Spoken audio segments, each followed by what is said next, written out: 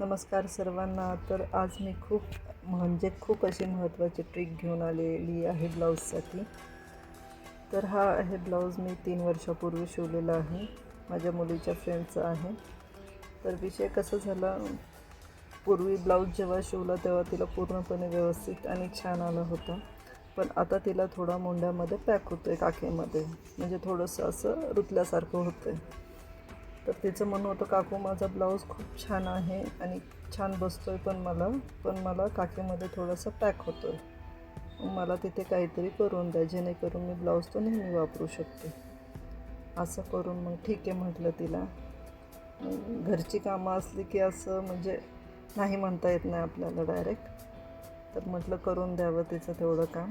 तर मग सगळ्यात आधी मी दोन्ही शोल्डर एकमेकांना लावून, जिथे आपण आतल्या टिपा मारतो, जसं की तुम्ही आत्ता बघितलं, फिटिंगच्या टिपांच्या तिथून मुंड्याचा गोल आकार देऊन तिथे कापून घेतलेला आहे.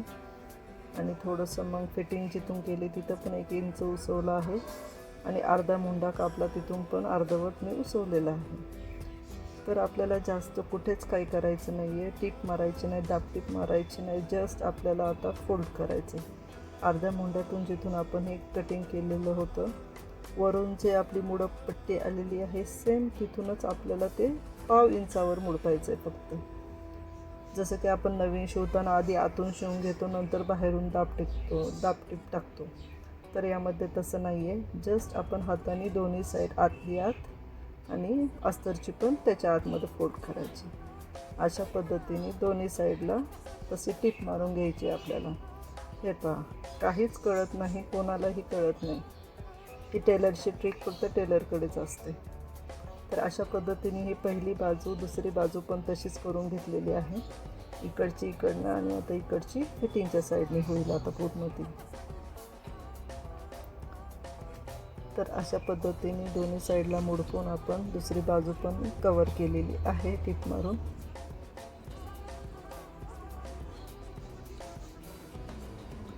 तर तुमचाही ब्लाऊज कोणाचा जर अशा पद्धतीने प्रॉब्लेम होत असेल, काखेमध्ये पॅक होत असेल, फक्त 1/2 इंच कट करा किंवा 1 इंच, तुम्हाला किती कम्फर्टेबल वाटेल त्यानुसार करावं लागेल समजा ते.